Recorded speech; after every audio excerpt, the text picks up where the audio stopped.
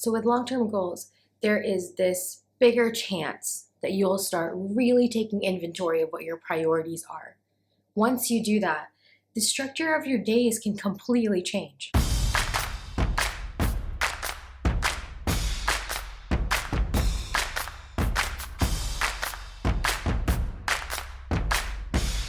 Now, maybe you don't get a bad feeling. Maybe instead of that, you feel relieved. So for example, let's say there's somebody in your life that you really don't actually want to see and you derive no benefit out of having that relationship with. So you might be telling yourself, oh, I just don't have time to see that person, right? I'm so busy, I can't do it. But try saying to yourself, seeing that person or spending time with that person is not a priority.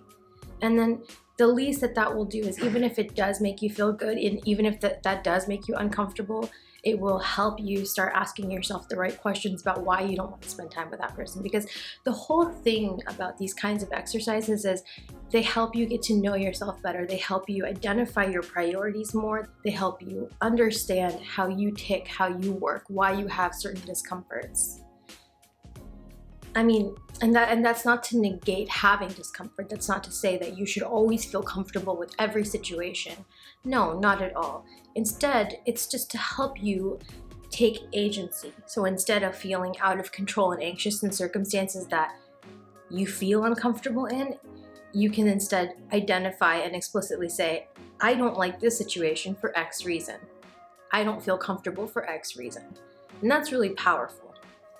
So with long-term goals, your priorities change. 2 or 3 years ago, I didn't think twice about having a life designed around partying, and that was very fun for that time. However, my life wasn't goal-oriented, and I didn't understand why I wasn't getting as far or becoming as successful as I wanted to be, when the answer was kind of blatantly staring me in the face. I wasn't leading a goal-oriented life. I did not have long-term goals that I was using to structure, to actively design my life.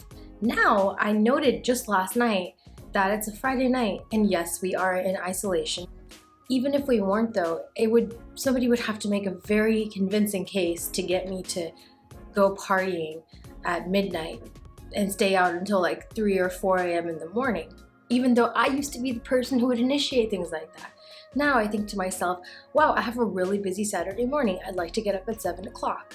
So my entire priorities have shifted. No longer are they to go out and have kind of a nebulously good time. Now it's about waking up the next morning and getting to work because I love my work. I no longer want to say I don't have time for my work. That makes me feel bad. When I didn't love my work, when I didn't love what I was doing, yeah, I was totally comfortable not having time for it. And I wish back then I would have asked myself, why is my work not my priority? And putting it that way might have helped me even more quickly leave situations where I felt like this is not the work I was cut out to do. This is not what I want to do with my life. And one other thing that's really interesting is, now that I have a newly defined set of priorities, and now that I know what I would like my days and my work to look like, I appreciate the small things a little bit more. Maybe that's a symptom of getting older. I don't know. It's the first time I'm growing up, so somebody tell me. But I feel like making my first cup of coffee in the morning, or looking outside my window and seeing a city waking up, or getting a particularly nice message from a friend, having an idea for a piece of art. All of those things, they have so much more value now, because I feel like I'm living this goal-oriented life in the service of what I want to do, in the service of what fulfills me. Instead of waking up with kind of a crushing hangover, thinking I just need to make it through today somehow. Totally different lives. And also, because they're so different, I think it makes sense why this kind of lifestyle, it makes me feel a lot happier in that regard. Now, I don't want to say that this means I will never do anything, like I would never go out partying again. That's not the case. It's not so rigid.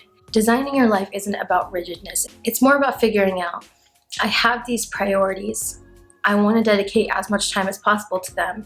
If there's something else going on, Maybe it's just that I would like to have fun. Maybe it's just that I need to go out and have a good time.